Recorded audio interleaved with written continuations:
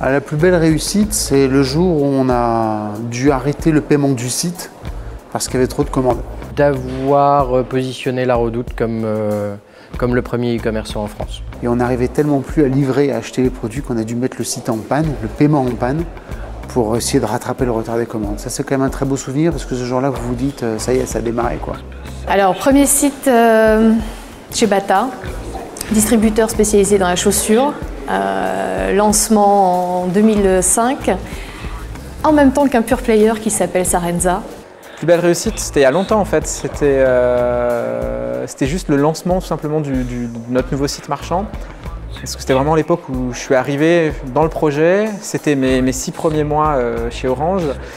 Il n'y avait aucune croyance dans la partie e-commerce, c'était vraiment qu'est-ce que vous faites là, le e-commerce ça va jamais marcher. Et d'arriver, de lancer le site et de passer de, je sais pas, de 3, 4, 5 commandes par jour à plusieurs dizaines, c'était le waouh. L'idée qui a fait flop, l'ouverture d'une EF boutique il y a 1 an et demi sur le site de La Redoute. Quand j'ai décidé de détourer moi-même les produits. Flop. Je me souviens d'un site de e-commerce de vente de brosses à dents à domicile. Donc là, on voit que c'était juste n'importe quoi. Alors sur les flops, quand on a démarré Rue du Commerce, on voulait vendre avec 2 modes de vente, les enchères et la vente de produits neufs. Et on n'a pas commencé par les enchères parce qu'il y avait le monopole des commissaires-priseurs qui a priori empêchait de vendre aux enchères en France. Et donc on s'est dit on le lancera plus tard. Et on l'a effectivement lancé 2 ans après et ça a été un flop intégral parce qu'il y avait beaucoup de nouveaux acteurs qui étaient arrivés sur le marché entre-temps, des sites d'enchères. Et donc nous on était complètement en retard et ça a été un piètre lancement. Le concept que j'aurais aimé inventer, c'est Face de Book. Parce que c'est absolument génial de retrouver ses copains et de pouvoir converser avec eux. Donc c'est un super concept. Vente privée.